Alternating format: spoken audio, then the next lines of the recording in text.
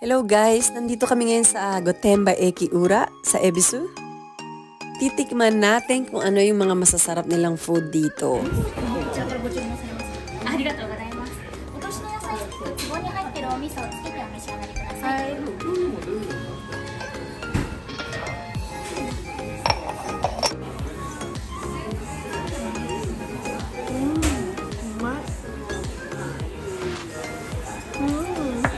Siyempre, hindi mawawala ang beer. Kampay!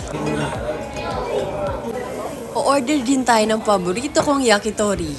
Marami silang iba't ibang klase ng yakitori. At sorry din nga pala kasi po nag-take out ako. Umorder din kami ng inihaw na saba. Masarap din yan. Huwag nyo rin kalimutan kung mahilig kayo sa soup. Meron silang iba't ibang klase ng soup. Pero ang in-order namin yung gyoza soup. Thank you for watching!